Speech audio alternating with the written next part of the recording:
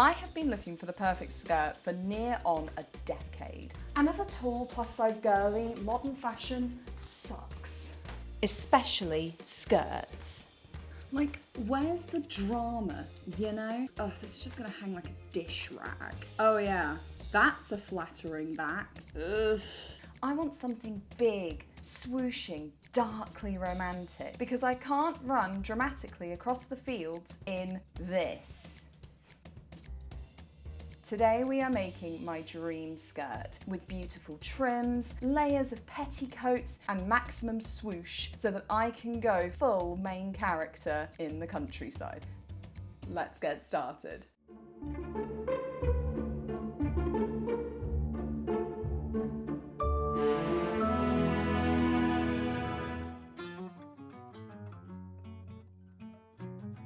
We're going to be drafting our own pattern today because I don't trust commercial patterns. Every pattern these days seems like it's AI generated, and my dreams are not AI generated. Everybody please welcome Betty to the world lore. Betty, friends, Betty. She's shy. You'll be happy to hear that I actually did a sketch for this, so you're legally obligated to be proud of me. Thanks. So this is what we're going for. It may change. I'm trying to walk the line between historical but not Ren fair. I want to be able to wear this skirt regularly. I am not having a dream skirt that's just kept in the back of my wardrobe so I can be like, oh, it's nice that I have that. No, I need to be able to wear this skirt on the regular. Trying to balance practical and whimsical. We are going to be draping straight onto the mannequin today. I do not do flat pattern drafting, and frankly, I'm insulted that you think I have that amount of patience. It's like you don't even know me. I think even if I could draft a pattern, I'd still want to do it this way because it just feels more organic. I've come up with some of my better ideas when I've actually just gone, isn't it brilliant? Oh gosh, now it's all everywhere. You know what? This outfit, whilst it is cute, is completely impractical for crawling around on the floor. I'm gonna go change. That's better. I can move now. All right, okay, let's go crawl around on the floor. So for draping fabric, we're using like a cheesecloth. I know that I should iron it, but I didn't. There's 10 meters of it, you iron it. I'm quite chaotic when I drape. It's literally a case of me pinning it on, shaking it out, and then going, is that right? Over and over again until I have the shape. I went back and forth for ages about whether I wanted to have a gathered skirt, so lots and lots of really tiny pleats so that it kind of poofed out from the waist in a very sort of Victorian style. I have a love-hate relationship with that kind of skirt, but if it's not paired with the right item, I feel like it makes me look a little bit too square. I wanted more of an A-line. We're going to be draping on the bias. For those of you who aren't sewing people, draping on the bias is like the diagonal of the fabric, means that it's going to really flow and move, and it means that it's going to have this like smooth glide off the hips rather than that sort of gathered look, which adds a lot of volume. I don't want a lot of volume on my waist. I want this elegant flow off of my waist. All right, okay, I haven't done this in like a decade, but let's see how this goes.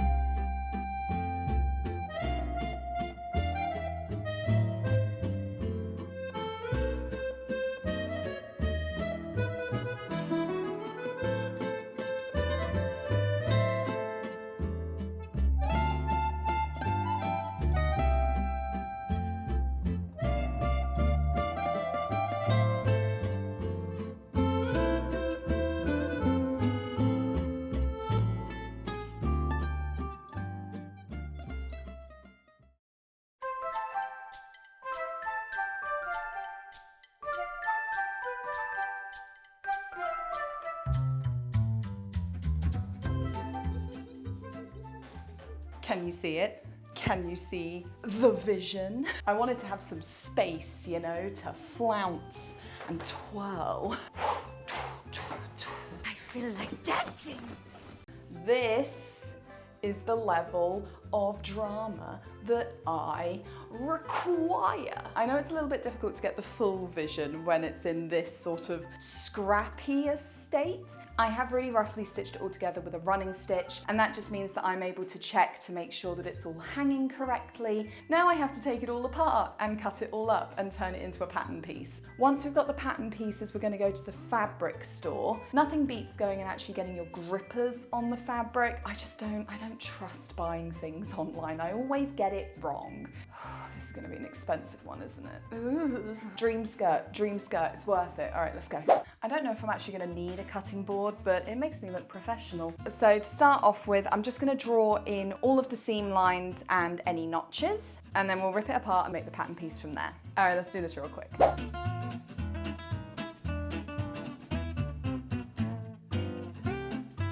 All right, so now all the pattern pieces are taken apart and they're all marked up, but they're still really scrappy. So now I need to turn this into a more traditional pattern piece. So we're going to be doing that with some parcel paper. Let's get this traced out.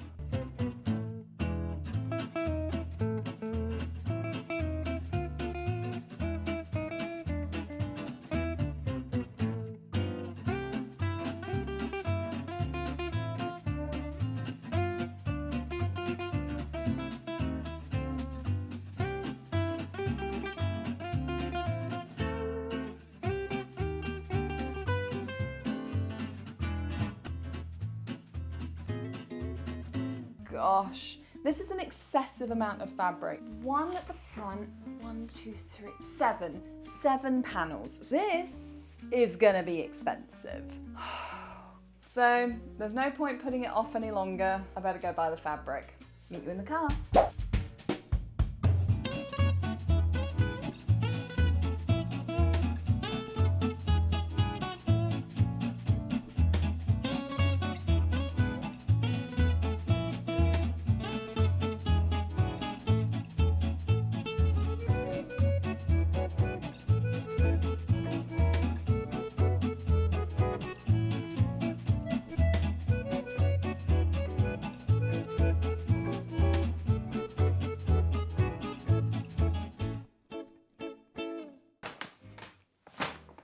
So there's been some design changes. Every black fabric was giving school skirt, different types of fabric with different contrasting fabrics, ribbons, you name it, I tried it. I was getting really frustrated. I was like, I know that I want it in black, so why do I hate every black? And then I saw the most adorable cream fabric. This fabric is really stinking cute. My decision making was not helped by the fact that I had been looking at a lot of Gunne Sax. They just kind of burrowed into my brain. And then I saw this and this.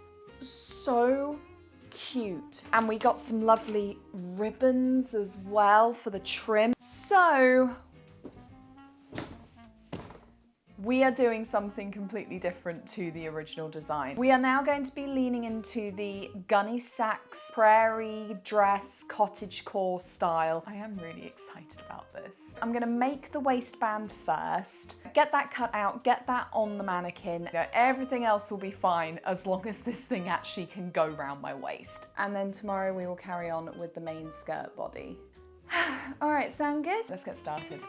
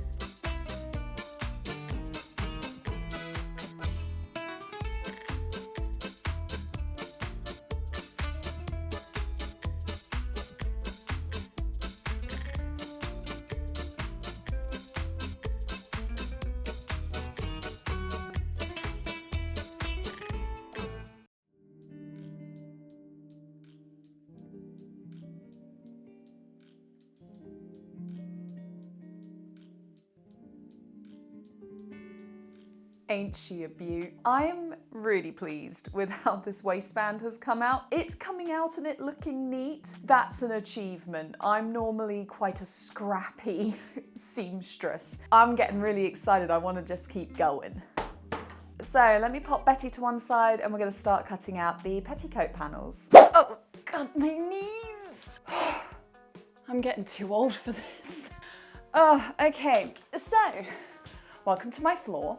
And as you can see, we have got one of the paper patterns spread out on the ground. I need to mark on here where I want the ruffle to go. Okay, where's my tape measure?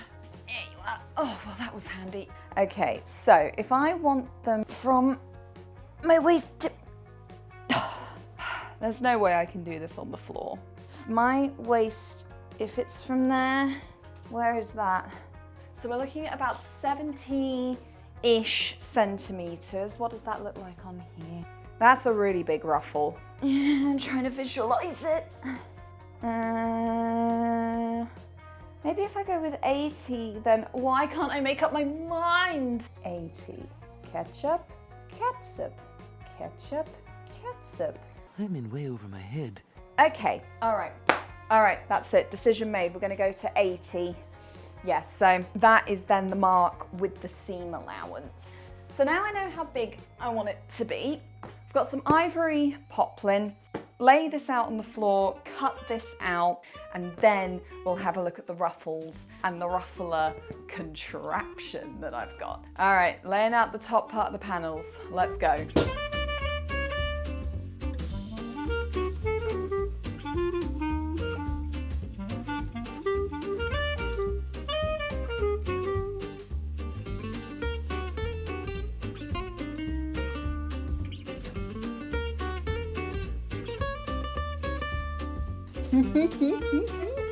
Petticoat panels are all cut out, happy with how it's looking. Now is the time to address the ruffles. This contraption is a ruffler foot. So I should be able to pop this onto my machine and it ruffle the fabric. Absolutely no idea how this is going to work. I've got my little leaflet of instructions, so let's pop this bad boy on and see how it goes. Okay, so let's have a look at this. So I removed the bottom one. Okay, so then I need to take off this. This just doesn't feel right.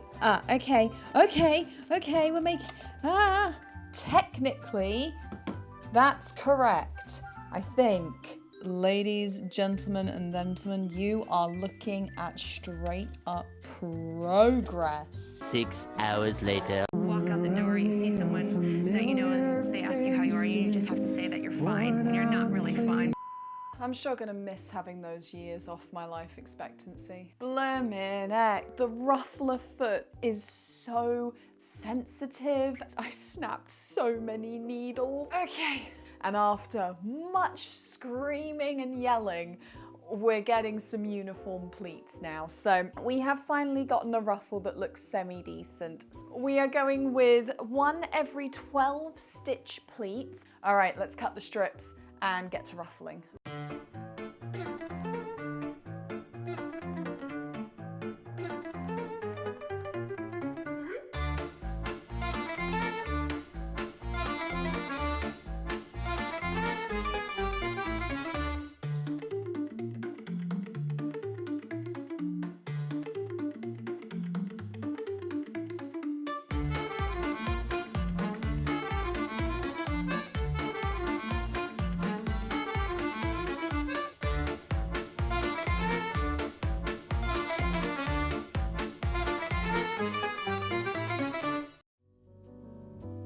I don't know if you guys are ready for this.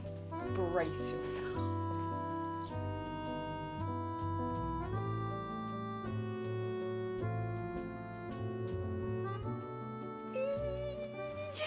I mean, this is the level of swoosh I was talking about. When you move, it feels like you're making a statement. I never want to take it off. So I'm thrilled with how this is coming together. Comfortable and confident that this has turned out pretty much how I wanted it. So now we're gonna move on to do the top skirt. All right, let me get out of this and go grab the fabric.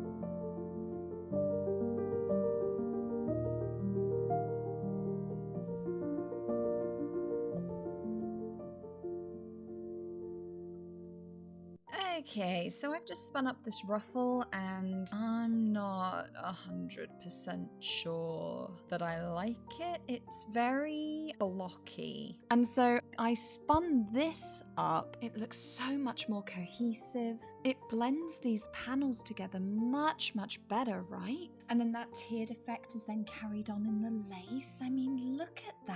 I just think that this is going to be so much cuter. I mean, it's going to be a lot more work, but I think it's going to be worth it. All right, okay. Let's run this through the machine.